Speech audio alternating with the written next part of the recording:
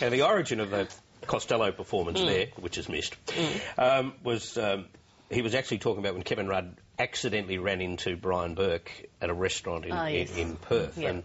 But it was far more applicable to this occasion, I would have thought. So yes, wonderful. Worth Wonderful another seeing run. Kevin bob up in his old show.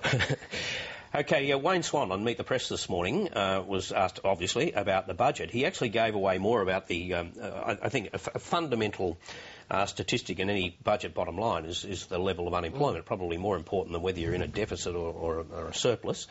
So here's Wayne Swan for Meet the Press. What I can say about the budget is that we will see the creation of an additional 500,000 jobs in the next couple of years, with an unemployment rate coming down to 4.5%. Now, I make that point about jobs because that is absolutely fundamental to the peace of mind and the living standards of average Australian families. Secure employment is the first responsibility of a federal government, and that is the central emphasis of this budget. Chris, I would suggest the central emphasis of the message that is going to go on now for months and months is secure employment. That's right. Jobs barrier is a big thing, particularly with the carbon tax, so they wanted to get that message out. And he rushed that message out too. It was the answer to the first question. He couldn't wait to get out 500,000 jobs over the next couple of years, 4.5% unemployment. So clearly the government's feeling nervous very much about the way the carbon tax is playing out. There's a second thing too. This is a hard sell, this budget. What they've got to do is to say, look, the budget deficit for this year is going to be bigger than we said.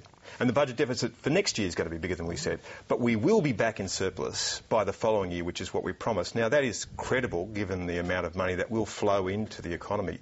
But all the opposition's going to have to do is say, don't look at what they say will happen. Look at what is actually happening now. And once again, there'll be a credibility gap for the government. But it's unusual, isn't it, to put out such a fundamental figure it is this far out? And these things are always very, very tightly managed. Now, I mean, this is an illustration of the way politics works these days. That didn't used to work quite so tightly as this, and it actually gives a lie bit to what Lindsay was saying, although he's got some very valid points about the interaction of politics and the media, politicians and the media these days. But now, and has been so particularly under this Labor government, is that the budget is so tightly managed in a media sense that the drip feed of these things, particularly to the weekend papers or on programs like this and on the other channel, it's all scripted. And not leaks, announcements. They're announcements, and it's about getting some good news out, and then they'll push out a bit of bad news next week and then a bit of good news. Jared, it would also be a reflection of the fact that they're just going appallingly in the polls. They can't afford to stay at this low rate for much longer. There's a news poll out on Tuesday. Maybe they're trying to get a quick fix on that.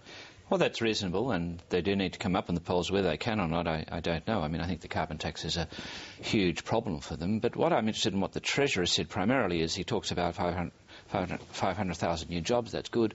Unemployment down to 4.5%. That's good.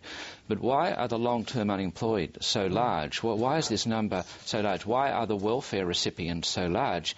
And the answer is an issue that neither the Treasurer nor the Prime Minister, she spoke well at the Sydney Institute about this issue at our annual lecture, but didn't address the issue that perhaps the unfair dismissal laws are a huge disincentive for small business to employ younger people, poorly educated people in the suburbs and the regional centres.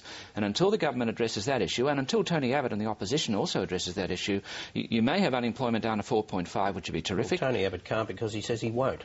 He says he won't, but I think he won't touch work choices. But he needs to, because while you've got, it's terrific to have it at this level, but the long-term unemployed is very large and very serious. There are 200,000 people who've been unemployed now for 2 years or more. This is a huge problem. Now, in the inner cities, among the professional educated people, there is virtually full employment. But in the outer suburbs of the cities and the regional centres, away from the mining areas, there's significant unemployment among youth and poorly educated Australians, and no one's addressing it. But again, this is an issue that goes way back too. I mean, I remember in Paul Keating's day, the long-term unemployed was a significant problem. Yeah, but Paul Keating came off the back of a big recession. Yes.